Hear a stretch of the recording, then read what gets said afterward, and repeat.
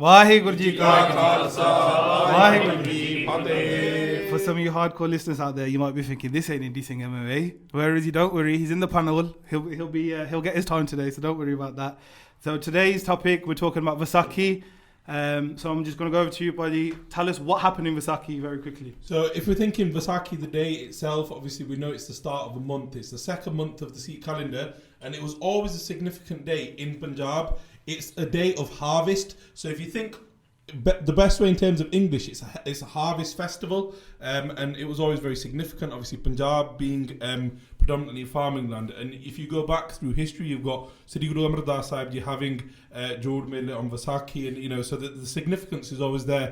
1699, Sri Guru Gobind Singh Sahib Ji, as we all know, brought forth the Khalsa Panth. And the reason we say brought forth is actually Guru Gobind Singh Sahib Ji in their Barni say Khalsa Akal Purkh ki Fauj, Pragatyo Khalsa Pramatam ki Mauj. Something that is Pragat was there, it just got brought forth. So they didn't create the Khalsa was always there, because the Khalsa is the pure, and that's always been there since the start of creation. Sri Guru Gobind Singh Sahib Ji 1699 brought that forth in front of over 80,000 people, and this is a Mughal who writes in front of 80,000 people. Sri Guru Gobind Singh Sahib Ji, the 10th form Sri Guru Nanak Dev Sahib Ji, stood at Anandgarh Kila, Vaheguru at Kesgarh Sahib Kila, and they had their 10-foot talwar in their hand, and they asked for a head. And it's very significant that they asked for a head, because if one gives their head, they've given everything. There's nothing left. Sri Guru Gobind Singh Sahib Ji wanted someone to come forward and give their everything, and that happened 5 times, as we know. Sri Guru Gobind Singh Sahib Ji, the first one, by Daya Singh, or at the time known as Daya Ram, stands up. Sri Guru Gobind Singh Sahib Ji asks him to come forth. And they come in front of Sri Guru Gobind Singh Sahib Ji, in front of everyone, not in no tent, not hidden away, in front of everyone. Sri Guru Gobind Singh Sahib Ji takes off the head of Daya Ram. And this happens another 4 times. By Dharam Singh, by Himmat Singh, by Mokam Singh, by Sahib Singh. They all come forth. Sri Guru Gobind Singh Sahib Ji takes off their head. And I'm going to reiterate that point. It was the heads of the Panj Pyare that Sri Guru Gobind Singh Sahib Ji takes off. A Mughal writes this. And they take off the heads, and then Sri Guru Gobind Singh Sahib Ji, in an iron utensil with a khanda, which is a double-edged sword, in their right hand, and in their left hand with the 10-foot talwar, sat in a position called Birasan, where your right knee is up and your left knee is on the floor. And the reason for that we'll come into maybe a little bit later on, but Sri Guru Gobind Singh Sahib Ji sits in Birasan, and in a batta they have water, jal, pure jal, and then Mataji comes and they put in patase, and so Bibi Ajit Kaur puts in the patase. Sri Guru Gobind Singh Sahib Ji creates what we call Amrit. And Amrit literally means beyond death. Sri Guru Gobind Singh Sahib Ji, remember you've got 5 bodies and heads that are separated next to Guru Sahib on that same platform. Sri Guru Gobind Singh Sahib Ji takes the khanda and they start mixing the water and the patase, and they read Sri Japji Sahib, the first part in Sri Guru Granth Sahib Ji. They then read Jap Sahib, the first part in Sri Dasam Granth Sahib. Then they read Twaya Prasad Svaiye. Then they read Chaupi Sahib, and then they read Anand Sahib. These 5 Bani are stages of a Gursikh's life to reach that ultimate aim of being beyond death and giving their head to the Guru. And again, we can go into that a little bit later, but Guru Sahib creates Amrit. Sri Guru Gobind Singh Sahib Ji then takes the Amrit, and they get the Panj Pyare. They change the heads onto different bodies. The Mughal, who eyewitness account, recalls Guru Sahib switching the heads to the bodies. And they switch them around. Sri Guru Gobind Singh Sahib Ji then gives them Amrit. And they prove, Satguru Mera Marji Wale. Sri Guru Granth Sahib Ji says that a true Guru, Satguru Mera Marji Wale, that they will take a dead person and bring them back to life. Sri Guru Gobind Singh Sahib Ji then gives the Panj Pyare Amrit in their mouth, in their eyes, and in their case. And Sri Guru Gobind Singh Sahib Ji then brings forward the Khalsa Panth. They tell him their Rani Bani how to live their lives. And on that day then, after that, Sri Guru Gobind Singh Sahib Ji bowed down in front, or knelt in front of the Panj Pyare and said, bless me with Amrit Didat. Sri Guru Gobind Singh Sahib Ji is then blessed with Amrit Didat. After that, when Guru Sahib took Amrit, then thousands from the crowd took Amrit. And that is the day that we now remember as Vaisakhi, which is the harvest festival. And on harvest, a farmer takes his crops and kind of gets the money from them, gets the kind of reaps the rewards of that. Sri Guru Gobind Singh Sahib Ji gets their crops, which is this Khalsa Panth. And on that harvest festival, Sri Guru Gobind Singh Sahib Ji's harvest is us, is the forever on this earth family of Akal Purakh Waheguru Sri Guru Gobind Singh Sahib Ji's crops, and the reason and how they ended up to that point and the significance in terms of the identity brought forth in the times that were going on at that time are really significant. And I think it's really important to touch upon that in terms of the build-up to Vaisakhi 1699 and Guru Sahib Ji harvesting their crop of the Khalsa is really important in terms of the build-up to that. Badi, maybe a little bit about that? So from like an identity perspective, we know about the Shahidi of Guru Gobind Singh Ji's father, Guru Tegh Bahadur Ji, and that by Jeevan Singh Ji recording back that actually I didn't know he was a Sikh there, so there was this kind of a need for a Sikh identity. But also pre-1699, around the area of Anandpur Sahib, Guru Gobind Singh Ji Maharaj is already engaged in a couple of battles. And the reason for those battles, mainly the flagship one being the Battle of Mangani, is because Guru Gobind Singh Ji has moved into the hilly area of Anandpur Sahib. The surrounding Pahadi Raji are not feeling it, because they're like, we're the higher caste Hindus, who have kind of a divine right to this land.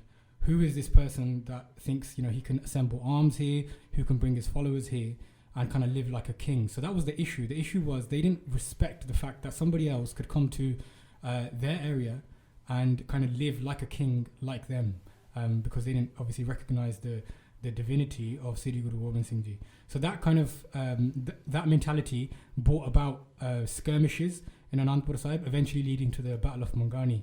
And Guru Gobind Singh Ji kind of always had the opinion of the Pahadi Raja that actually, you think you're you think you're the higher caste and you think you're the warrior caste, but actually you take orders from the man, from the Mughal man, right? Is you can't even actually defend your land from the invaders. So don't think that you own this or you're anything around here. Guru Gobind Singh Ji's kind of view was that, and they very much viewed that this person, Sri Guru Gobind Singh Ji, is taking low castes, unskilled people, arming them with the best weaponry, teaching them, harboring them, and eventually is going to do some sort of bagavat, some sort of rebellion against the state, but which is going to kind of be at the expense of the Mughals, but also at the expense of us, because we're here under Mughal safety net, right? So we cooperate with the invader, and we're left alone here to kind of do some sort of Raj. This person is a rebel, which will eat away at our power as well as outshine the Mughals. So that was kind of that was the issue, and Guru Gobind Singh Ji was very kind of clear with that. Is that they're here to assemble an army, assemble a sort of rebellion, and they wouldn't kind of kneel to this higher class society that was the Pahadi Hill Raja. So these battles had already happened, and I guess like Baji said, the harvesting of this in a political landscape anyway is more so around we're going to create a nationhood, we're going to create a people. And I think when we take Amrit, kind of they say our God, our Jat and everything is nas, is wiped out. And I think they would often say that, like from a caste point of view, is that there's loads of you've got an army of lower castes, like you can't do anything, and they got absolutely embarrassed in the Battle of Mangani and then subsequent battles after that. So for Guru Gobind Singh Ji Maharaj, this again looking at this rather than a spiritual, more of a political thing that happened was more around assembling a Fauj and giving back power to the people. And giving them the confidence that actually they can fight the state, they can fight the aristocrats, the higher class, and that the Khalsa, then Khalsa hua khud khuda, that the Khalsa is actually God themselves. Right? We don't actually answer to aristocracy, we don't answer to invaders, we don't answer to government. We actually govern ourselves. But you're going back to Amrit itself now. I'm going to ask you a question. Am I right in saying that if I take Amrit, all my past actions be the worst, if I'm a robber, a sinner, someone that's committed lust, whatever I've done in the past, am I forgiven? Yes, in the simplest form. And if you think back to Sri Guru Gobind Singh Sahib Ji is giving this Amrit to people that they have separated the heads of.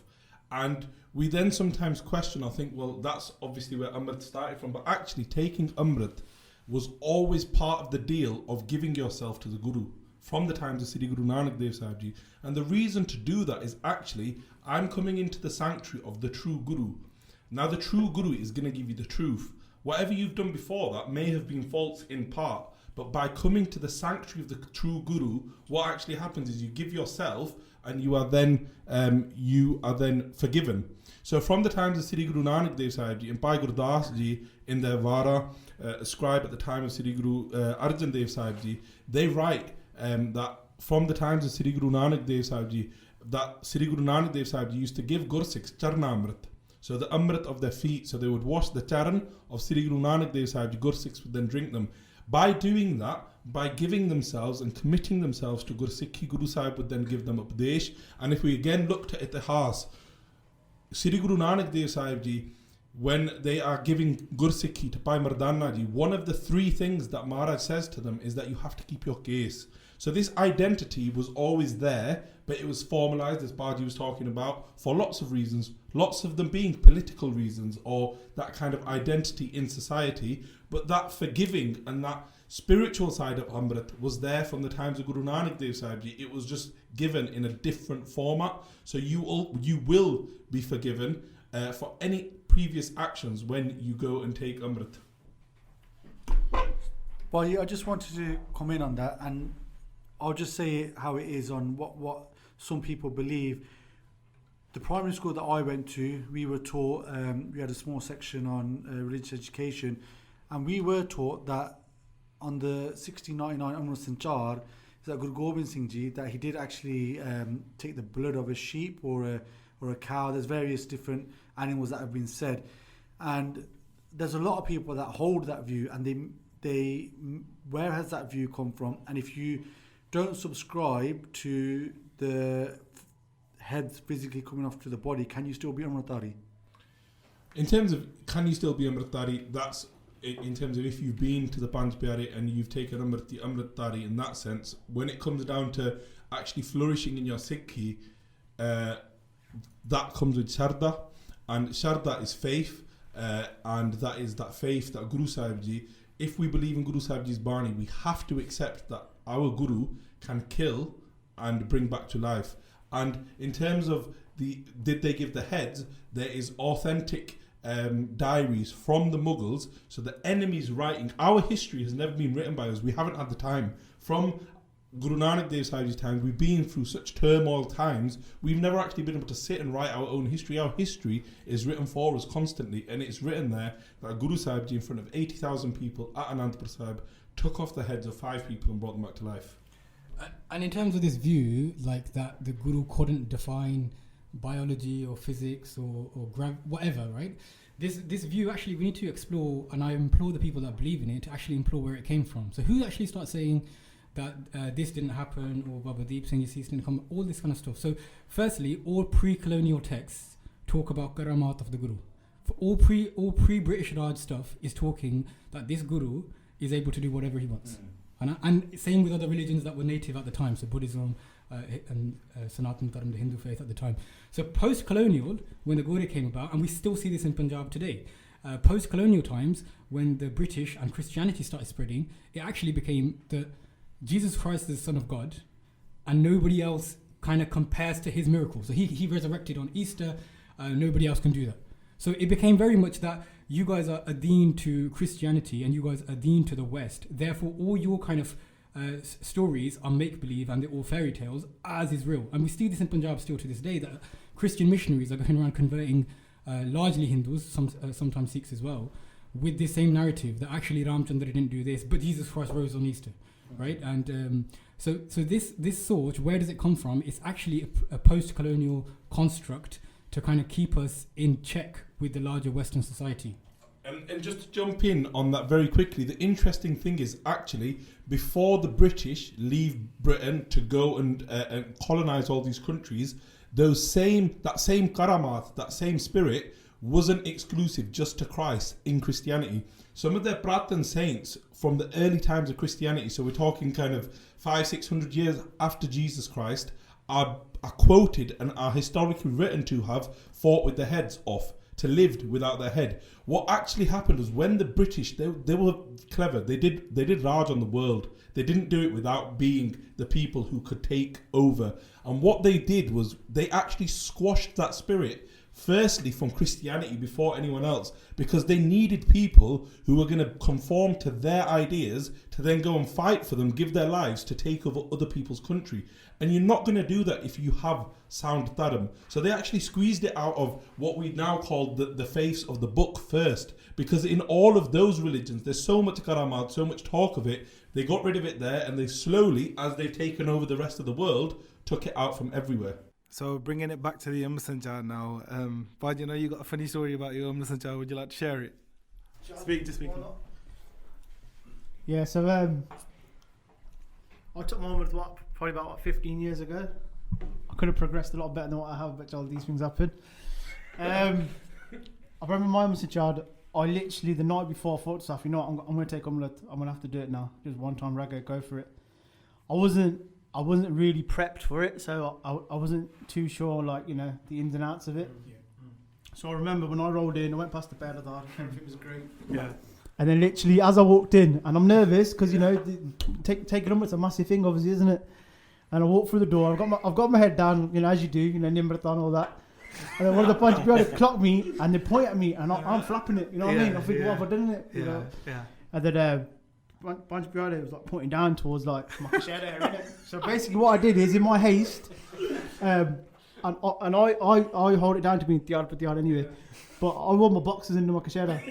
And Man, are the CKs? I'm not gonna big them up like they were CKs. I'll be honest, they were probably Matlans, if I'm honest. But they had like this mad checker design, and they stood out obviously underneath the white kashera. Obviously, bunch of brother pointed out to me. Beradar grabbed me, took me back out, and it was obviously I had to dash the. But what I mean to say is that from Banda that had no idea of what happens in an Amrit sanchar, you just felt the need to just get in there.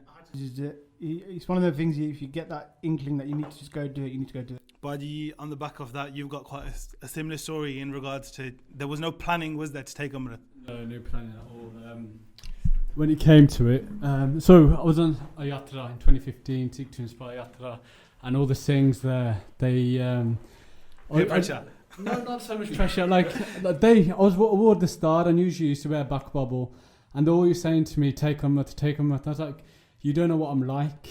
That's what I was saying. You don't know what I'm like, and then because you don't know what I'm like. They say take on. They kept saying, I said no, I'm not doing it. And it come to evening darbar, we at Anandpur Sahib, and actually at the origin. Yeah, that's right. And then they're mentioning darbar. There's going to be a sanchar tomorrow morning. Everyone looked at me. I'm still there shaking my head. Yeah. One of the Singhs said to Panchwadi, he's going to take him tomorrow. I said no, I'm not going to do it. And you know what? Like, I wanted to do it when I was much younger, but I got talked out of it. And then from there, I got into drugs, I got into drink, I got into completely different lifestyle for a good few years. And I went to bed and I was thinking to myself, you know what? If I don't do it now, when am I going to do it? You know, this is an opportunity. Has there ever been any regrets? No. And as carrying on, I just thought to myself, I'm going to keep upsetting my parents as well. Like, you know, they don't want me to be doing drugs and things like that. And I just woke up, had Gesish on and walked into the sanchar. Yeah. And, you know, my biggest concern was that it's easy now. I'm on the yatra, I'm with Sangat. It's not a problem. But what about when I get home? But Maj Girpa, the Singhs who I was with there, they never let me go. I used to go see them every weekend. And even, don't get me wrong, some of those friends that I used to have, I'll see them a lot less. I was with them every day. But now and again, we have a phone call, conversation, maybe go for food. Because they were with me. But the most important thing is Sangat. The Singhs didn't let me go. And they stuck by me. And Maharaj Kirpa, you asked me if I have any regrets. No regrets at all. Maharaj pulled me from my case. And I think what it comes down to is, the question is, can you prepare for Amrit? And it's a difficult question, because I was in Sangat for a long time. So, like Baji at the start said, he took Amrit 15 years ago. I remember when he took Amrit, and a few of other lads in our circle took Amrit at the same time. And it was around about December time-ish, roughly. And what I said to myself was, I'll do it at Vaisakhi, give myself another 6 months of chilling in boxes and whatever. And that was about 15 years ago. And then another Singh said, you should just take it now. And I said, why? And he goes, you know, sometimes in life, you know, doors open in your life, and by the time you know it, they close. And what he meant was you have a certain thinking in your life. It could be like now, we're in our 30s and we're like, shall we do a degree? I never did one, but I want to do a degree. And you think, can I do it? Can I not? And then after a while, you think, I'm too old. I'm not going to sit there with these lectures and do all that. I haven't got the time. And then that's just another scenario. It could be with kids. It could be with marriage. It could be with any scenario. And literally, that had come to Fasaki and my mind was no longer there to do it. I was like, no, I don't really fancy it, to be honest. And then 15 Fasakis passed after that. Then I come back round to it. So sometimes when you've got that feeling, you've just got to go for it. I do agree with what you boys are saying. And I just want to share one story of this Singh who works in the local gym. So he's working in the gym. And I said, have you got any pre-workout? And he goes, you know what, Paji, I've tried this one. I've had, it says here, no more than 2 scoops. I've had 4, but I can't really feel the difference. And I was like, all right, that's a bit odd. Why did you have 4? He goes, you know what, maybe it's just because of all the drugs I used to take. And then I just laughed it off because I've only known him about 6 months and he was a Singh. And he goes, oh, I used to be a heroin addict. I was like, all right. I goes, yeah, that might be the reason why. Because that might be the reason why 4 scoops have not really had an impact. So I said, what happened? And he said his dad died quite young, not relatively young. He must have been maybe 30 years old. And his dad passed away. And at the funeral, the Granthi or the stage secretary, whoever, they gave him a dastar, the son, saying it's like kind of like they do it at some god. They'd say, you're now the man of the house, effectively. So he goes, I just went home, I tried it on. And then I tried it on, never tried one before. And I sent a picture to a few people. And I think it was his Daya or his Fufford, I can't remember who now. He said, oh, you look really good. Why don't you take Amrit tomorrow? And he goes, I used to take most drugs. And he goes, we used to have needles, heroin, coke, weed, drink, everything. And then there was Amrit sanchar the next day. And he said, I just went and did it. And he goes, and then I came back after the Amrit sanchar. So it went into a rain spy. And then he came back the next day. And he goes, I still had all the stuff in my room, the needles, the Rizzlers. He goes, I didn't think I was going to do it. He goes, I just did it. I literally had everything still in my house at home. And, so he obviously got rid of everything. And he's been good ever since. So can you prepare for these things? I think, yeah, inevitably, if you can prepare, theoretically, it would be better. But can you do it without preparing? I think there's countless stories where you can do that without preparing just as well. Well, I was just going to ask you, in regards to, like, if we after the Amrit sanchar, right, we've taken Amrit, Maharaj Kirpa, we understand the blessings that we've got. Now, how can we implement the teachings and the lessons, what we've from the Amrit sanchar into our day-to-day life? I think it's that perseverance, that resilience. I think what we sometimes, and I think it links in with the point that Baji was making about preparation and doing it. Amrit is getting your admission in the school of Sri Guru Gobind Singh Sahib into the Khalsa Panth. It's the starting point. So if you think about it like anything else in life where we start, you admit your child, if you've got kids, all of us got kids, some of them, getting into school age, you admit your child into that school, your child gets given that uniform.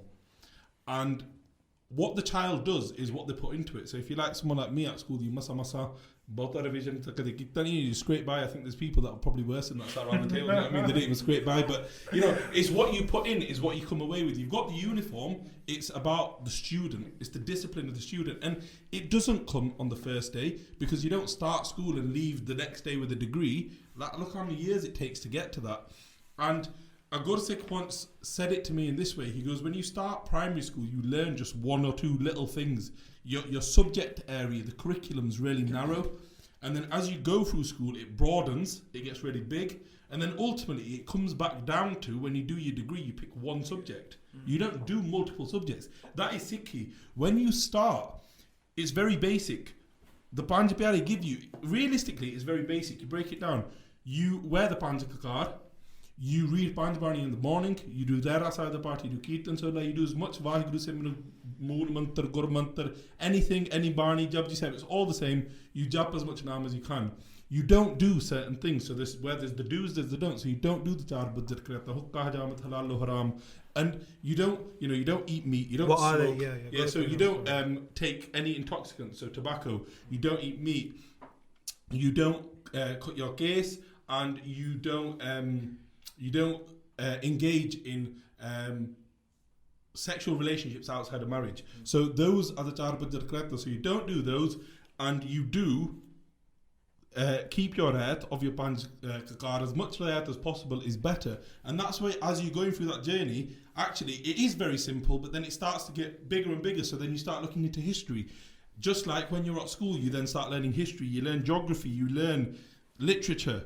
We then do that for Sikhi. What is our geography? Where are we from? What is our history? You learn that history because that gives you the knowledge and the power. Then we go to Sangat. Baji talked about Sangat being there, but the ultimate, the things that stay with you throughout are those basics. And then as you then develop, you then come back to, and ultimately, the only one thing that takes you through this journey is Naam. And that is the essence of the Amrit Sanchar. What is given on that day, as well as the uniform, to admit that person into this school is Naam. And we call it Naam Drid. Drid means to like instill. You get instilled with Naam, and Naam is there in the Amrit Sanchar in the form of Amrit itself, because the Jal, the water, is made into Amrit through Naam. And that Naam is in the form of the Panj Baniya. And then it's also instilled within you when the Panj Pyare Drid Gurmantar, which is Vaheguru, and Mool Mantar, as we know, Ekko Onkar Nanak Hosi Pisa. That is then instilled within a Gursikh. They have then been given Naam by the Guru, because the Panj Pyare are the form of Sri Guru Gobind Singh Sahib Ji. Maharaj has written, Panj Singhan Main Mero Vasa, that in the 5 Singhs, I am there. So those are instilled within you, and then it is very much like school. You've got your admission. Whether you leave with 10 GCSEs or you live with none is what you put into it. But then Maharaj has set up a system where we help each other through Sangat. What if you're that geezer that wagged all the lessons though, didn't go to school? You know what?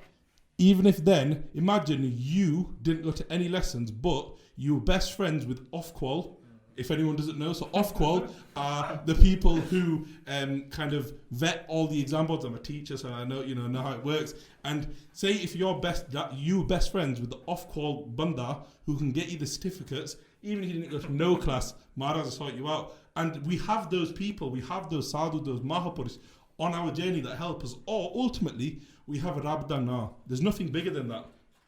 Uche uppar ucha now. That actually bigger than, what's bigger than Akal Purakh Vaheguru God? Nothing. But Maharaj writes Uche uppar ucha now. That the name of Akal Purakh is bigger. So the name of Akal Purakh, if you're in Wagi lessons, as long as you've got off call, Vaheguru, say Vaheguru, you can be saved. Vaheguru. Baji, did you have a question? Yeah, so someone asked me this question not too long ago, and I could have gave him a basic answer, but I said I'll get back to him because I know there's such a deeper, more spiritual meaning behind it. So the question was for any of the brothers here. So Guru Gobind Singh Ji Maharaj has given us those 5 physical gifts, and they gave them to the Panj Pyare at the time in the initial Amrit Sanchar. So they're the Panj Kakar. So I want to know what's the origins of those even before the Khalsa, and then what's the spiritual, deeper meaning behind each one and its significance? So if they are very significant, and actually they're very historical, and sometimes our own use that history or the reference of history to kind of confuse it and say, oh, these people are saying this and they're saying that, and they're not from Sikhi. Actually, they're not. They are things that have always been in the world. And the reason why they've always been in the world, because remember, coming right back to the start, we said Khalsa, Pargatyo Khalsa, Pramat, that Maharaj didn't recreate something, they brought forth the pure. And everything that was meant to be pure was always in the world, because Akal Purakh Vaheguru created the dunya, so everything pure was there. Coming to case, so they all do link in, and they do have references in other faiths, but Maharaj brought the purest things together to make the army of the pure. So you've got case, if you refer to or look back in any religion, all of their Paigambar have got case. Ramchandra had case, Krishna had case, Jesus had case, the Prophet Muhammad had case. So Maharaj, but the one thing they didn't do is they didn't give their disciples their roop. So over time, it got watered down. What does Maharaj do? Maharaj gives their Khalsa, their form, and the first part of that is the case. And why is the case the first one? Where do case come from? You don't go to the shop and buy case, do you? That is the form of Akal Purakh Vaheguru. Even in Gurbani, it's written that Akal Purakh Vaheguru's got Lamme case and they've got Ucha Damalla. That is the form of Akal Purakh Vaheguru. So that's sent with us. The form of Akal Purakh Vaheguru is sent with us through our case. We're born with them and they develop on our journey. That's the reference to that. And then some of the other ones, if you look through history or, to keep your case safe, you obviously have your Kanga. People refer or say that other Pegambar wore kashare like we do, so one where you have to tie an ala. We didn't take it, we didn't get it from them. Other people had case. So you can't just say, oh, well, this person said... it's not their kashara. What Maharaj saw in the kashara was the quality, and we're going to very quickly come on to those. And then Kirpan, Shastra, so, to fight people. Now, if we look at the spiritual of each one of these, so case, not only is it the gift from God, and we say we don't cut them because it's a gift from God, but actually, what's it battling? Baji was talking about earlier, Sangat pulled him through. Sometimes we don't have Sangat, and that's our biggest fear. But actually, our Raat becomes our Sangat. It becomes our defense. Even if we're Kalla Sabalak Pod. So Sabalak is 125,000, but one Singh is considered Sabalak because they're enough by themselves to defeat the world. Because the biggest problem we have in this life is ego. Our case fights ego because the world is telling us that we should look a particular way. Our ego is telling us we want beauty, we want to look like this, I want to style it like this. But actually, what do we need to accept? That our hankar nu mar your ego, accept the form of the pure of Akal Purakh Waheguru. Then your kanga, when your case get tied up, just like we get tied up in the world, in dunya, in maya, in everything, in this illusion of the world, thinking it's real, we get caught up in that. When we do our kanga, that is for us to remember that we're caught up in this maya, just like our case get gunjaladi in bed and like little chirinda or whatever you call them in, I don't know what to call them. Tangles in English. Sorry, I was looking for an English word. So you get the tangles. Your kanga takes out those tangles. So that's of attachment to the world. And then our kada fights lobe, greed, because when we go to reach anything, it's with our hands we do it. Not only is it got the physical side in terms of defending a var in jang or actually used as a weapon, so it's a striking tool in a fight, it's also to stop our hands from doing actions of greed. And then our kashara, seal jat ki kash per pakadeo hathiara, that actually, what is a kashara? It's jat sat the sanjam da nishani. The reason why you have a nala, so just little benti with Baji and his boxes there, is that make sure your kashara is also not elastic. It needs a nala, so it needs to be like actually one that you pull and tie. And the reason for that is because it's jat sat the nishani. It is the kashara da pratik hai vi dekh paraiyan changiyan maa baap tiyan pehna jane, that everyone other than our married partner who is considered our mother, our sister, our daughter. So we look at people in that pure way. So it's fighting our lust, which is always there. And then our anger. Someone gets angry. If you give an angry man a weapon, you're going to get carnage. But actually, we carry around a shastra with us all the time to control our growth as well as to defend the defenseless. So as well as physical reasons, obviously the kashara for when you're horse riding and all of that, Shastra Vidya is good, but actually each one of them has a spiritual reason. And the reason for that is because just like schools would always claim that their uniform has a purpose, so when a person goes to school they feel like that they're in a place of learning, they're not just there in the tracksuit bottoms chilling. In the same way, Maharaj's uniform in this school of the Khalsa is very important, and that is what can carry us across the ocean. Yeah, and with all those gifts being given by Guru Gobind Singh Ji Maharaj, I think we've missed the point of how important that identity and that image that Maharaj gave the Khalsa Panth is. And just linking it back to a personal story for me, I remember for years as a Monna, I just thought, Holly, it wasn't like a overnight change, but I was trying to get into Sikhi class, going more to Gurdwara Sahib programs, doing more Sangat company of other like Singhs, Amritari Singhs that I knew locally. And in terms of keeping my gaze and making me want to do that, it wasn't until I went to a local program, the talk was on something different, like more of a social impacts at the time of the community, and there's someone speaking about grooming and other dangers to Sikh youth. And then the singer went on to explain about the case and the roop, and he said, for anyone here, he did a benti, so that's a plea to anyone that sat in the Sangat, including myself. He said, anyone that cuts your hair, just think about this, Guru Gobind Singh Ji Maharaj, as our father, has given us literally their whole image. So everything Guru Gobind Singh Ji Maharaj has got, they've tied that up and they've given us that beautiful gift, yeah? Because each morning or whenever you do cut your hair, you trim your beard or you cut the hair on your head, you just think about, you're looking in that mirror, you're looking at your father, Guru Gobind Singh Ji Maharaj, and you're saying, you know what, the way you look is no good for me. I don't like the way you look. And that just hit me deep. I remember straight, I think it was literally the next morning, I had a shift probably like at JJB or something. But I just tied up on that one time. I was like, I'm going to work like that. That's it. And people at work asking me, like, what you doing? What's that you wearing on your head? I go, yo, this is a dastar. And this is why I'm wearing it, because it's part of my identity. I think, the thing to remember with that is on the early stages when you do start keeping your gears, it does look scruffy, and that is the tough bit where you're Indies bags always all over the shop anyway on a good day. so you do that bit where your gears, where your hair's not quite long enough for a good day, so it's all hanging out the sides, everything. It does look a bit strange. But moving on, just one point I wanted to make was, serving the Khalsa. So now, as a community, we're very, very renowned and we're very well respected for our service of the wider community. So non-Sikhs, so the homeless, so the stranded lorry drivers, people suffering any hardship, serving them. And it's an amazing thing to do. It's such a high act. But the one thing I think we've slightly come away from in our Maryada is, if you ever had a request or if you ever wanted something as a family or as an individual, they would say, do Panj Singh de Langar. So call 5 Amritari Singhs and do a langar for them, or just do seva of any Amritari. So some people might be at home, might not be Amritari, their dad might be, their mum might be, their grandparents might be, and doing their seva, a seva of an Amritari person is such a respectable thing to do. And I think we've kind of come away from that essence. So just if we can just touch on that. Yeah, so this seva of Sikhs, I think sometimes as Amritaris we feel uncomfortable with it, right? It's give you thodi seva karta, but it's not you as a person. There's a bigger thing at play here. I think we talked about Charan Amrit. Why did you talk about Charan Amrit before? So previously, pre Guru Gobind Singh Ji's time, even as early as Guru Nanak Dev Ji, people would take the Charan Amrit off a Sikh if Guru Gobind Singh Ji if the Guru couldn't go there.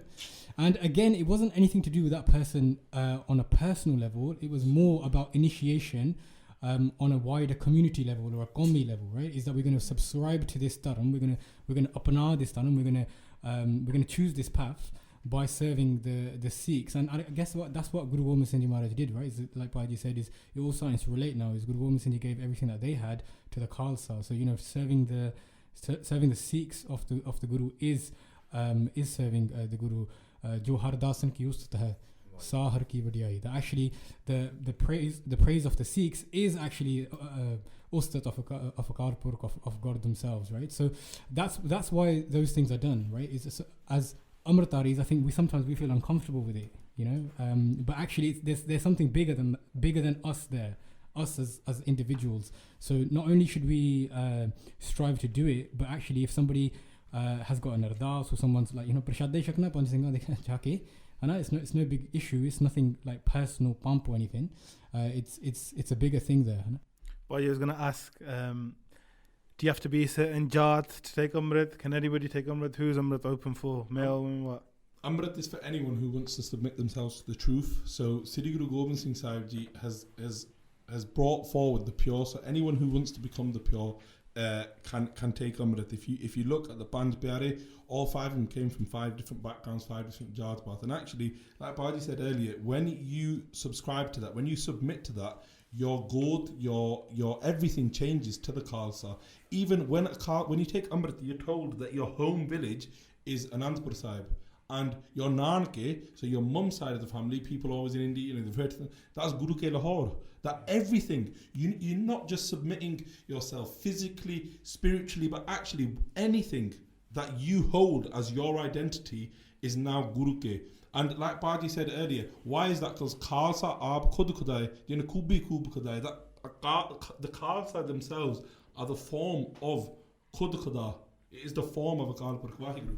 And do even that, like our parent is Anandpur Sahib, even that has got a political motive there, right? So there's one place, do you know the story of Bhai Nandalal? I know when Bhai Nandalal wanted to defect from the Mughals and he wanted to go somewhere, and he spoke to his Ustad, where is there that I can go where Aurangzeb wouldn't touch me? And he said there's Ekapasaya, and that's Anandpur Sahib. So there's a reason for that. Is actually Anandpur Sahib, or Sikhi in a now a bigger sense, is the shrine for the shrineless.